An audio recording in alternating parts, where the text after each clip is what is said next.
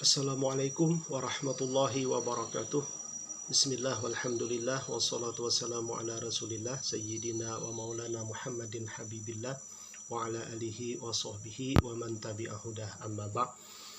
Sahabat Banjarhulu, ketika seorang bayi merasa haus, lapar, gerah, atau sakit, dia menggunakan tangisan sebagai sarana untuk mendapatkan air susu yang akan membuatnya tenang. Nah, dari mana seorang anak belajar bahwa jika dia menangis dengan cara tertentu, orang tuanya akan cenderung terburu-buru untuk memenuhi keinginannya? Secara sederhana kita tentu akan mendapatkan jawaban bahwa itu memang diperolehnya dari naluri. Tetapi jika orang tua tidak memberi kesan dalam bentuk pendidikan pada anak sejak dini bahwa itu merupakan kesalahan, boleh jadi sang anak akan tumbuh dengan berpikir bahwa orang-orang dalam hidupnya dapat dimanipulasi dengan permainan emosi untuk melakukan perintahnya. Sahabat Banjarhulu, inilah yang dikaji sebagai bagian dari sisi gelap psikologis, di mana tangisan menjadi senjata yang dapat diandalkan untuk memenuhi keinginan diri seorang anak.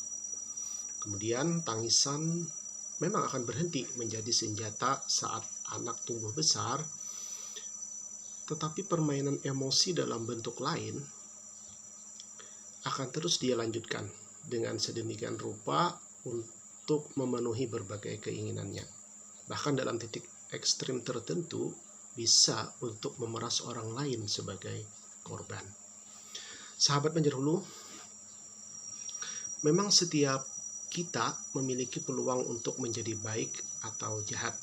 Tetapi perlu diingat bahwa potensi dasar diri kita adalah baik.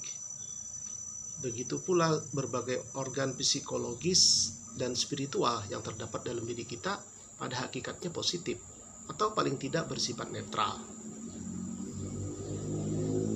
Lalu kenapa bisa terjadi potensi diri yang baik itu memunculkan motif-motif dan perilaku kejahatan? Imam Al-Ghazali rahimahullah menyatakan bahwa kejahatan muncul karena terjadinya gangguan keseimbangan potensial dalam diri manusia. Di dalam kitab Mizanul Amal, beliau menyatakan bahwa dilihat dari fisiknya, jiwa manusia itu memiliki 5 rumpun potensi: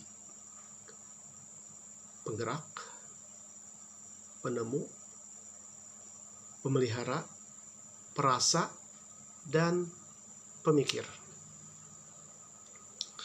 Semua potensi itu hakikatnya baik karena memang menjadi penopang kehidupan kita di alam dunia secara wajar, mengikuti arah orientasi hidup kita sebagai pengabdi Allah Subhanahu wa Ta'ala. Namun dalam aktualisasinya, berbagai potensi tersebut dapat bernilai positif atau negatif. Kita ambil satu contoh, yaitu rumpun potensi penggerak yang terdiri atas 2 potensi, syahwah atau potensi penarik, dan ghadab atau potensi penolak.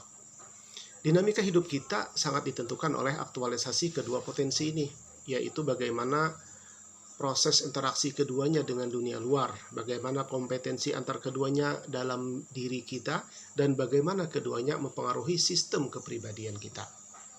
Apabila potensi penarik lebih dominan menguasai kepribadian kita, maka kita akan menjadi orang yang daya konasinya lebih kuat, sehingga cenderung banyak keinginan, tinggi angan-angan, ambisius, egois, berhasrat tinggi, bahkan bisa menjadi orang yang licik. Adapun jika potensi penolak yang lebih dominan, kepribadian kita akan lebih keras, pemberani, mementingkan harga diri, tapi juga cepat marah. Sahabat Banjarhulu, dominasi salah satu potensi itulah yang berarti terganggunya keseimbangan potensial diri kita. Maksudnya, ketika salah satu potensi diaktualisasikan secara sepihak, maka potensi lain yang merupakan pasangannya menjadi tidak aktual. sehingga proses aktualisasi itu menjadi tidak seimbang.